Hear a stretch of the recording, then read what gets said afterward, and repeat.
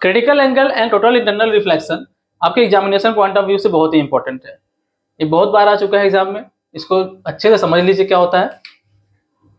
देखिए रिफ्रैक्शन पहले देखिए क्या होता है। दो केस ले लीजिए, केस 1 और केस 2। केस 1 में क्या होगा, ये आपका इंटरफेस है, रेयर मीडियम और डेंसर मीडियम। पहला केस क्या है कि रेयर मीडियम से लाइट डेंसर मीडियम में जा रहा है,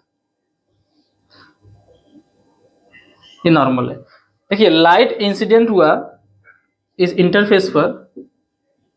इंटरफेस क्या है, जब रेयर मीडियम और डेंसर मीडियम जहां मिलते हैं उसको इंटरफेस बोला जाता है। तो रेयर मीडियम से लाइट इंसिडेंट हुआ है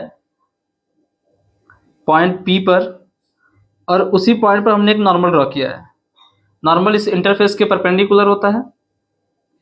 फिर ये लाइन जो है रिफ्रैक्ट हो गया है मीडियम 2 में, डेंसर मीडियम में। ये एंगल आई होगा और ये एंगल आर होगा। तो यहां पर देखिए इंसिडेंट रे रिफ्रैक्ट हो गया है डेंसर मीडियम में और नॉर्मल की तरफ बेंड हो गया। ये रे जो है इसको यदि वही मीडियम चेंज नहीं होता तो कैसे जाता, सीधा निकल जाता। यदि रेयर मीडियम में ही रे रहता तो सीधा निकल जाता, लेकिन क्या है कि मीडियम चेंज हो गया है। यहाँ पर रेयर मीडियम है, यहाँ पर डेंसर मीडियम है, तो रे क्या होगा, नॉर्मल की तरफ बेंड हो जाता है। ठीक है। दूसरा केस क्या है, डेंसर मीडियम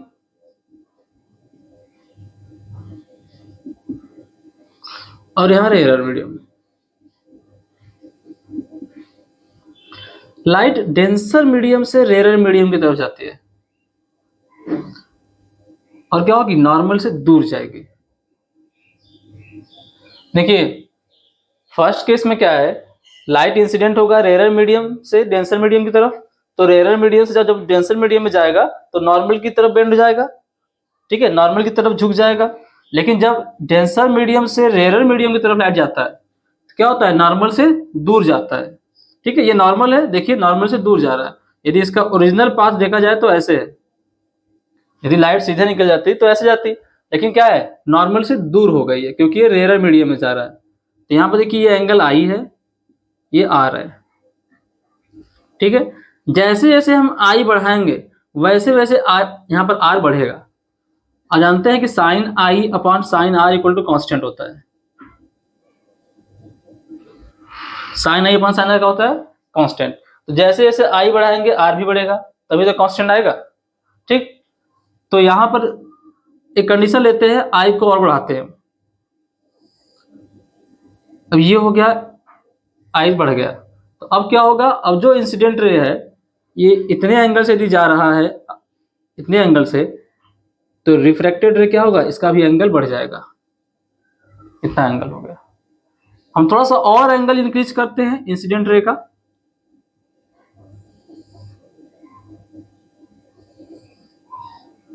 इंसिडेंट रे का थोड़ा सा और एंगल इंक्रीज करते हैं। तो अब क्या होगा कि एक समय ऐसा आएगा कि जो रिफ्रैक्टेड रे है ये इंटरफेस के पैरेलल जाएगा, मतलब इंटरफेस पर ही जाएगा एकदम।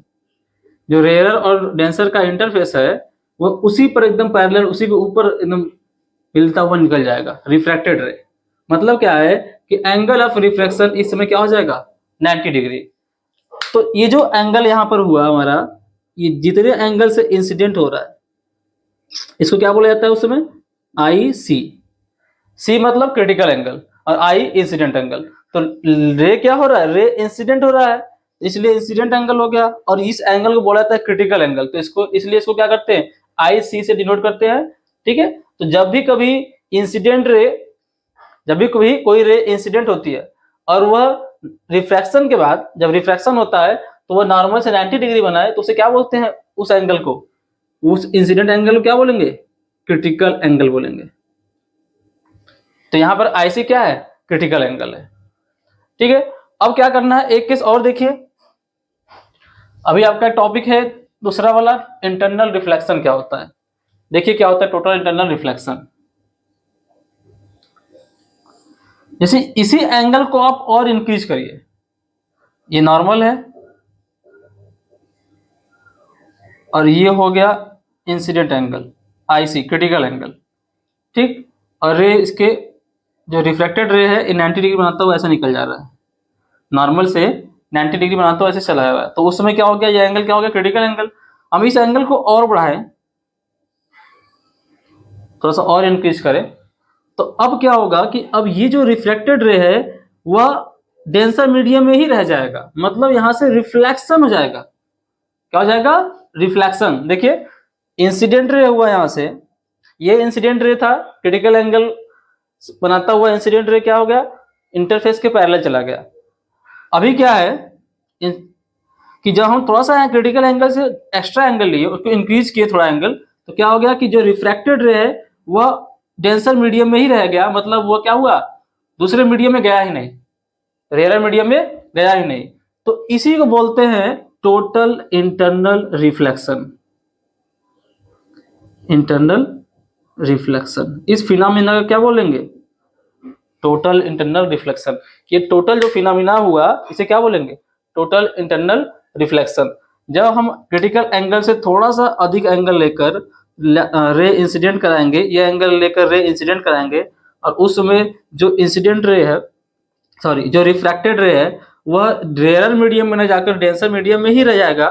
मतलब ये डेंसर मीडियम से गया और डेंसर मीडियम में ही रिफ्लेक्ट हो गया, रिफ्रैक्शन हुआ ही नहीं, डेंसर मीडियम में ही रिफ्लेक्ट हो गया। देखिए ना, सरफेस इस सरफेस से टकराया यहाँ पर और वापस अपने ही मीडियम में रह गया, मतलब क्या है, दूसरे मीडियम में गया ही नहीं, तो रिफ्रैक्शन हुआ नहीं, तो ये क्या हो गया, रिफ्लेक्शन हो गया।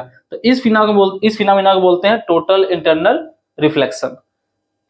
इसमें एक चीज और ध्यान दीजिएगा कि ये टोटल क्यों लगा है, जैसे कि इसको तो इंटरनल रिफ्लेक्शन ही बोल सकते हैं, लेकिन टोटल क्यों लगा है, क्योंकि इस रे का कोई पार्ट दूसरे मीडियम में गया है नहीं, दूसरे मीडियम में नहीं गया, मतलब जितना भी रे यहाँ से गया है वो पूरा का पूरा यहाँ पे क्या हो गया, टोटली रिफ्लेक्ट हो गया है। जैसे आप प्लेन मिरर में जब देखते हैं, प्लेन मिरर वगैरह, तो उस पर जब रे गिरता है, कोलाइड होता है, तो मिरर के अंदर भी रे जाता है, मतलब 5%, 4-5% जो मिरर है वह रे को एब्जॉर्ब कर लेता है। तो वहां पर टोटल इंटरनल रिफ्लेक्शन नहीं होता है, वहां पर केवल इंटरनल रिफ्लेक्शन होगा, ठीक है। मिरर के अंदर रे गया तो यहाँ पर कुछ रे एब्जॉर्ब जाएगा इतनी पोर्शन में, फिर रिफ्लेक्शन होगा। तो जो एब्जॉर्ब हो जाता है कुछ रे, तो उसी की वजह से टोटल नहीं होता है। लेकिन यहाँ पर क्या है, कुछ एब्जॉर्ब नहीं होगा, जितना रे यहाँ से गया टोटल क्या हो जाएगा, रिफ्लेक्ट हो जाएगा, इसलिए इसे बोलते हैं टोटल इंटरनल रिफ्लेक्शन, ठीक है। तो ये है पूरा टोटल इंटरनल रिफ्लेक्शन। यदि मेरा चैनल पसंद आया तो वीडियो को लाइक कीजिए और चैनल को सब्सक्राइब कीजिए और press the bell icon to notify next video. Thank you.